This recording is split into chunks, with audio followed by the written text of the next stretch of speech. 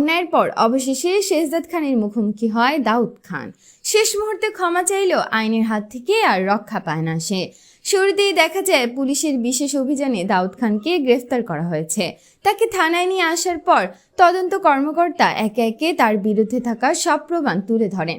CCTV footage, phone কলের record, সাক্ষীদের জবানবন্দি এবং অপহরণে জড়িতদের স্বীকারোক্তি সব মিলিয়ে তার অপরাধ আর অস্বীকার করার কোনো সুযোগ থাকে না। এদিকে থানায় পৌঁছান শেহজাদ খান। তার সঙ্গে ছিলেন ফাতেমা, ঋতু এবং পরিবারের অন্যান্য সদস্যরা।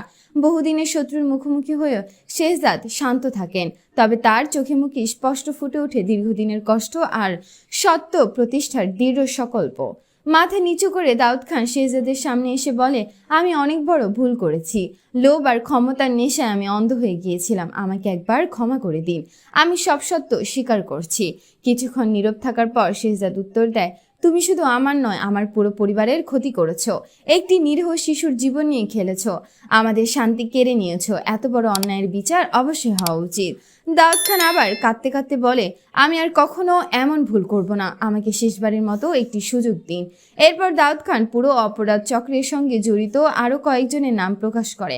সঙ্গে সঙ্গে পুলিশ তাদের গ্রেফতারের জন্য বিশেষ অভিযান শুরু করে।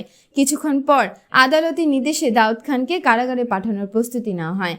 পুলিশ যখন তার হাতে হাতকড়া পরিয়ে নিয়ে যাচ্ছিল, তখন সে শেষবারের মতো শেহজাদের দিকে তাকিয়ে বলে।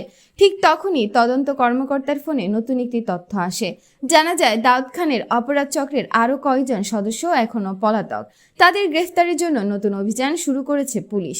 পর্বের শেষ দৃশ্যে দেখা যায় পুলিশ ভ্যানে বসে দাউদ খান নীরবে জানালার বাইরে তাকিয়ে আছে। অন্যদিকে শেহজাদ নিজের পরিবারকে নিয়ে হাসপাতাল থেকে বেরিয়ে নতুন জীবনের পথে এগিয়ে যায়। তো বন্ধুরা, পরবর্তী আপডেট সবার আগে পেতে সাবস্ক্রাইব করুন আমাদের চ্যানেলটি। ধন্যবাদ।